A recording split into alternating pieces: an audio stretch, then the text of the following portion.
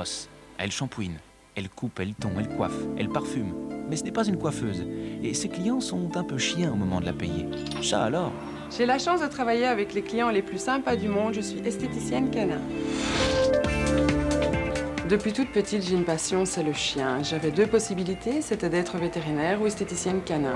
Alors j'ai suivi une formation de 3 années où la majorité du temps, en fait, on travaille en salon, on pratique en salon avec un patron. Et puis nous avons des cours de toilettage, les standards. On a des cours de base vétérinaire, parce qu'il faut quand même savoir la morphologie, l'anatomie d'un chien. On a deux types de clients différents en fait. Il y a celui qui vient avec son chien et qui veut faire une toilette parce qu'il veut qu'il soit propre, on doit le débourrer, on doit le relooker peut-être, on doit le couper plus court. Et puis il y a le type de client totalement différent qui lui en fait va en exposition avec ses chiens où il faut vraiment la coupe standard au millimètre près, il ne peut rien y avoir de mal fait. Et puis il y a même le chasseur qui lui va dans les ronces avec son chien et il faut une coupe bien spécifique aussi.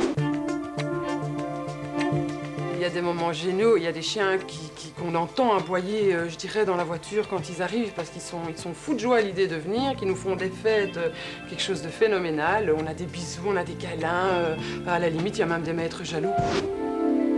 Si je devais donner un conseil à un jeune qui veut absolument commencer l'esthétique canin, ce serait d'être d'abord très passionné par le chien, bien sûr. Ne pas du tout avoir peur de se salir les mains. Finalement, ils sont tous très gentils, tous très fidèles. Il faut pouvoir les prendre tels qu'ils sont et avoir beaucoup de courage, oui.